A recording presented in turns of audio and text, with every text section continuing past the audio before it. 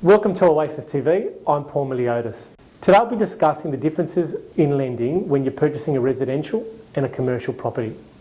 In the last year there's been a massive increase in the amount of commercial properties being purchased. The market's moved and a lot of my clients are buying commercial property when previously they were buying residential.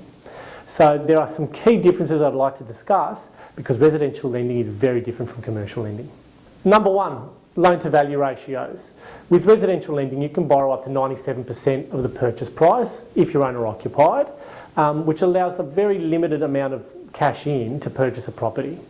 With commercial lending, it's very different. There are options to borrow up to 80% of the purchase price, but generally you're looking at around a 70% lend. The second key difference is cost. With residential lending, it's actually quite cheap to enter. With professional packages, you're generally paying an annual fee, lenders are waiving your upfront establishment costs, there are no valuation costs, there might be a small settlement fee, but generally the cost to get into a residential mortgage is quite low. Commercial properties, however, or commercial lending, however, is a lot more expensive. For example, you generally have an establishment fee of between 0.25 and 0.75% of the loan amount, so that's quite expensive. Also, depending on the security, the valuation cost is quite high. You should be budgeting, give or take, depending obviously on the purchase price, around $1,000 to even up to $5,000 for a valuation to be done.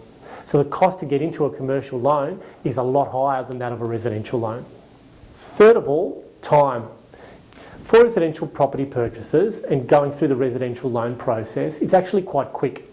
Valuations can take up to 3 days, and loan approvals generally at 3 days as well. So end to end, from putting an application in to unconditional approval is generally 1 week, just over or just under. Commercial approvals, however, take a lot more time. The approval process can take up to a week, even longer depending on purchase prices, security types. But more importantly, the valuation takes a lot longer.